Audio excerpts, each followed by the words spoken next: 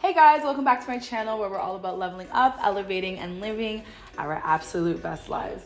And to be able to do that, you want to be able to save your money and find the best, easiest, cheapest, but most comfortable ways to travel the world. So I figured why not share a few tips on how I find and buy tickets to travel to Africa. Just a few points, so it'll be a quick video. Let's get into it.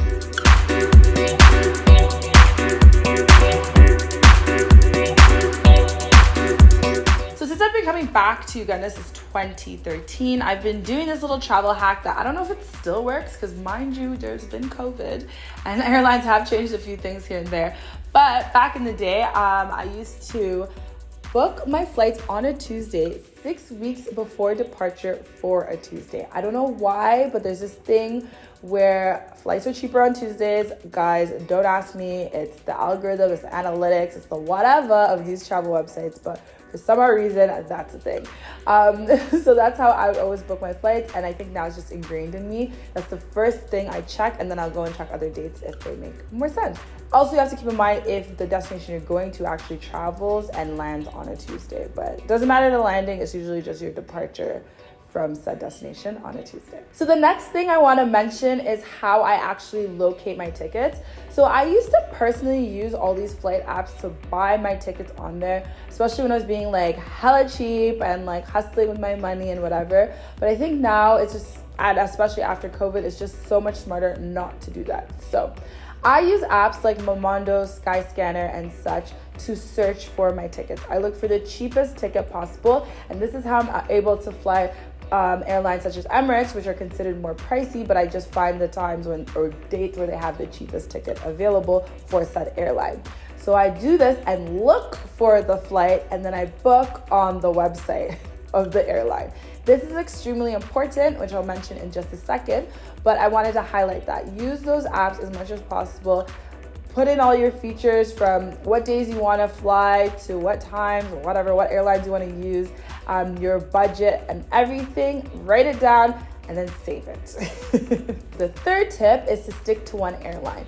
So why you want to use those apps, I'm just going to go back and then come back onto this point, is that those apps aren't actually really good when it comes to customer service and dealing with hiccups or anything happens, especially after COVID. Like, people have gotten stuck. There's been horror stories of no one answering because they've had to downsize, right? So you'll find it's like one employee running an entire worldwide app. Like, it's ridiculous. It's so bad. I highly do not recommend. It's better to go through a flight attendant or directly through an app.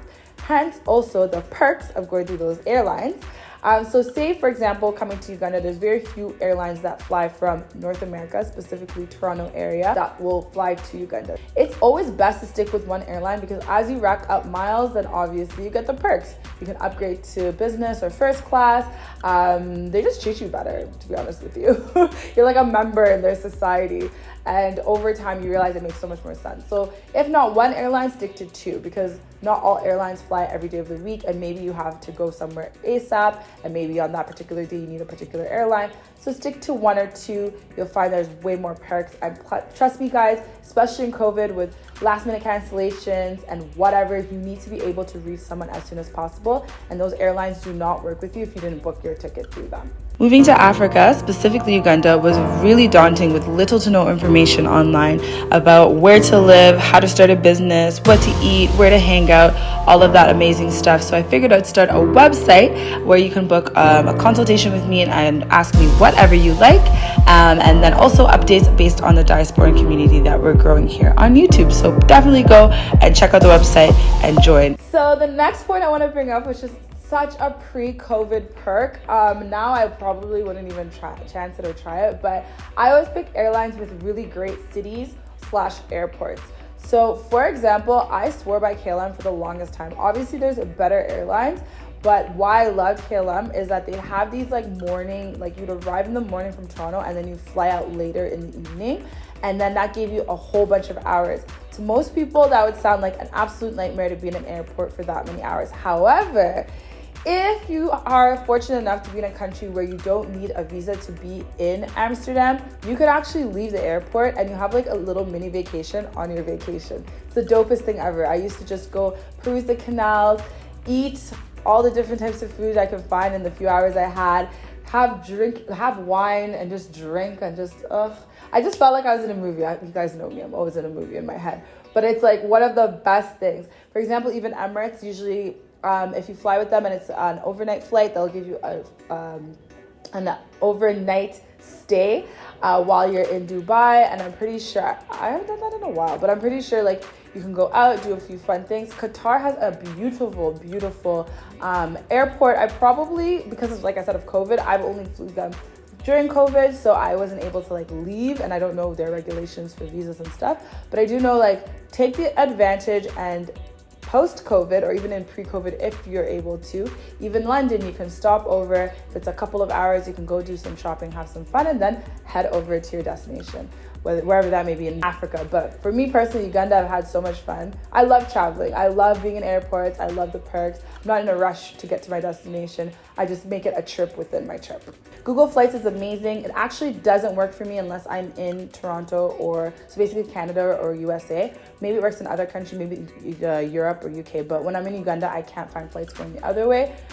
But if I'm coming to Uganda on a return, then that is an option. Google Flights is really dope. It's quick and it shows you everything on like one page as opposed to like scrolling and doing all these things. Like it's very convenient. So thought I'd put a shout out there for you guys if you have never used it before. It saved me on a lot of flights, not just here, like even going to the US just for quick flights or quick trips and stuff. So yeah, love Google Flights.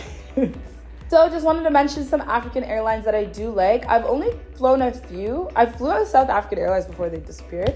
Kenyan Airways, I have heard horror stories, so I'm not going to mention them at the moment. But I'm sure they're rectifying those things. Flying from abroad though, I've used Ethiopian Airlines. I wouldn't say they're my favorite. However, like there's some improvements that are necessary, but I like that they're an African-owned airline and that they are vastly improving. From when I first flew them, my issue was their layovers were disgustingly long. Like it was so bad from Canada where I was like, I could have flown in the layover. It was ridiculous. And then their airport at the time would close during the day, certain times of the day for prayer and stuff. So nothing would be open, not even restaurants to eat or anything. Like they're starving. Like, and you always know if you've been flying on an aircraft for that long, it's crazy. But the perks of Ethiopian Airlines is that from Toronto to Addis is straight route. You're on it for however many hours, some crazy amount, but then you're in Africa. Like, I wish there was a direct flight to Uganda. Like, that would be the most amazing thing ever. But then I wouldn't get to have my little me times on canals in Amsterdam. But, you know, at least it'd be an option. But yeah, shout out to them because I think that's really dope. And I'd hope to see more African airlines doing more international flights like that. So that pretty much sums up this video. Just thought I would share a few tips and tricks because I've been at it for so long. But yeah, please do share some airlines that you guys use. Obviously, if you're coming from like Australia or like, I don't know, South America, you'd be using different airlines. So it'd be cool to like give each other some tips and tricks in the comments below. So let's start the conversation, grow the community. And yeah, thank you guys so much for watching. As always, please remember to subscribe, hit the bell notification button. And yeah, like I said, join the community. We're gonna be at it this year. It's gonna be wonderful years. So let's all help each other. Let's make this a beautiful, informative, useful space. Other than that, thank you guys so much for watching, and I'll check you guys in the next video. Bye guys.